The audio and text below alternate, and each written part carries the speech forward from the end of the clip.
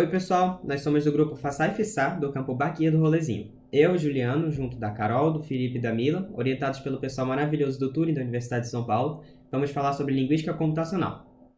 Bom, para começar, o computador, quando ele vai analisar algum texto, ele precisa fazer alguns processos para retirar alguns dados que são considerados não tão essenciais assim, como, por exemplo, os artigos, as conjunções, as conjugações de verbos e alguma coisa desse tipo. E não é exatamente que essas informações elas não afetem o sentido da frase, que elas não sejam tão importantes. É só que seria muito caro, em termos de processamento, passar essas informações para o computador interpretar. A gente escolheu um trechinho de texto para poder mostrar um exemplo de como esses processos funcionam. O texto, inicialmente, antes dos processos, era assim: o coronavírus enxugou as economias de milhões de famílias, mas não as dos mais ricos. Aí, primeiro de tudo, a gente precisa passar para retirar essas stop words, que são palavras como artigos e conjunções. Aí ficou assim: coronavírus enxugou economias, milhões, famílias, ricos. E depois disso é que vem a primeira grande escolha do time, que dependendo do texto, vale a pena passar por um desses dois processos, que é a estemização e a lematização. O primeiro dele deixa só as raízes das palavras. Ele pega a palavra que tem variações, como por exemplo ricos, pode ter rico, rica, ricos, ricas. Então esse algoritmo ele vai pegar e cortar a palavra numa forma principal que nunca vai mudar, a raiz. O segundo deles é a lematização. E nesse processo ele vai pegar e transformar todas as palavras em lemas. Mas o que são esses lemas? São as formas básicas das palavras, que não tem inflexão de gênero, de número, de tempo verbal ou alguma coisa desse tipo. No final, o nosso grupo ele optou por analisar os textos lematizados, já que eles ainda guardavam um pouco da forma inicial da palavra, e era bem mais fácil de ler como um ser humano e não como um computador. Para conseguir fazer uma pesquisa mais ampla, a gente selecionou textos de várias partes do espectro político. Então, a gente tem texto de extrema direita, de centro-esquerda e de extrema esquerda. A gente olhou o teor dos jornais em que eles se encontram, mas mais que isso, a gente analisou as relações semânticas das palavras para ver se os textos eram condizentes com as posições que a gente procurava, né, que precisavam ser várias no espectro. A gente conseguiu ter 4 textos porque a gente fez uma coleta de corpos juntamente com outro grupo do Bakir, que está também estudando a linguística computacional. Então, os dois grupos conseguiram fazer com 4 textos em vez de 2. A gente pegou partes do texto que mostravam visões claras sobre o assunto. Então, a gente pegou um tema em comum, que seria economia, né, de bilionários, e pegamos ou a introdução ou a conclusão, porque são partes que tendem, assim, ter uma visão mais específica nos textos.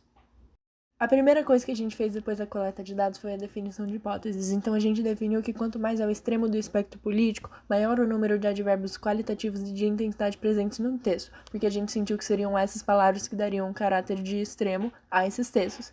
A gente também definiu que nos extremos do espectro político seria possível perceber um teor ideológico nesses textos, mesmo após os processos de linguística computacional. A gente, então, passou esses textos pelo algoritmo, mas a gente precisou limpar a mão, porque muitas coisas, né, passaram sem que o computador notasse, e a gente, então, consultou as nossas referências para conseguir selecionar quais eram os advérbios e quais eram os stop words que precisavam ser retiradas e como fariam as lematizações de algumas palavras que também passaram em branco. A gente, então, analisou morfossintaticamente os advérbios para ver se eles eram qualitativos ou de intensidade, e a gente analisou semanticamente os textos antes do processo e depois para ver se a relação entre palavras ainda se mantinham e se o teor ideológico ainda era presente. Então, o que é que nós podemos concluir na nossa pesquisa? Nós podemos ter 2 pontos. O primeiro aqui, textos mais simples, que são os casos dos textos de centro, quando tanto o centro-esquerda como o centro-direita possuem mais influências no processo de lematização e a emoção de stop words. Ou seja, eles alteram mais o seu significado e sua posição política quando nós aplicamos esses processos. Isso decorre em consonância com também a utilização de muitos advérbios em comparação com os textos de extremos. Os textos de extremos são bem ao contrário dos textos de centro, porque quando nós aplicamos os mesmos processos, eles não possuem essa alternância no seu significado. Isso decorre também à utilização de advérbios de intensidade, que enfatizam o texto e enfatizam a informação que querem ser dadas e também trazem qualificação, os advérbios qualitativos de qualificação, que trarão essa qualificação maior àquilo que quer ser expresso e aquilo que quer ser defendido, ou seja, aquela posição defendida dentro da notícia.